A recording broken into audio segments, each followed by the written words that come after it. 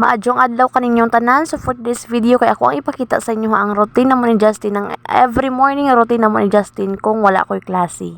Ginaanad na ko siya nga sayo pa maligo, kay kung dili na ko siya ligo og sayo, so magbabad na iyang mata sa ko iya, sige glanta og ko kumilon niya wa pay ligo, so much better nga kanang liguon siya sayo jud kay para maanad siya. Kumbaga banding na pud namo ni siya every morning, and after na ko siya liguon ilisan, syempre dapat dili jud malimtan ang pagpainom sa iya og vitamins, kay importante jud kaayo nilahi ra jud ang bata nga gina vitamins, kay kung magsakit dali ra pud mawala ang iyang magkuan ba ginabatsyag. Parehas ana ubuhon siya or sipunon siya, so dali ra kay mawala no, makainom og tambal o kina dili na maglala, so dali ra mawala ang mga ginapamati niya. Anyway, ang vitamins day nga ako ang ginapainom sa iya is Grow Kids. Grow Kids ni siya. Ako rin ni siyang pangutana sa kuan sa pharmacy kung unsa ang nindot nga vitamins nga pangpagana og kaon og palami og tulog sa bata. So mao ni ilahang gikuan gi-offer. Mao to ilahang gi-recommend kay kuan man daghan naman si Justin og na try nga mga vitamins, pero dili man siya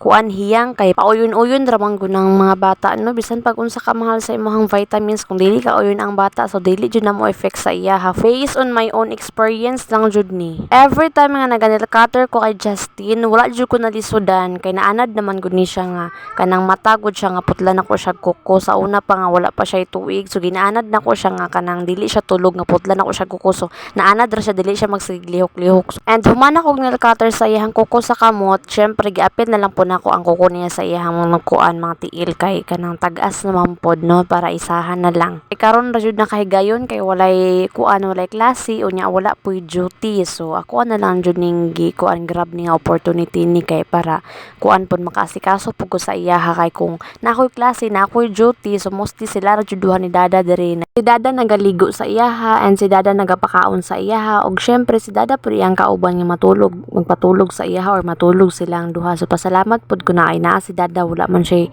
dili man siya laagan niya, wala pud siya bisyo, so dire ra siya sa balay maasikaso jud niya si Justin. Aong sa mga dalaga dira out there, pangita mo bana nga buutan ha, bahalag dili dato, ang importante palangga ka og dili mangulata, maura bye.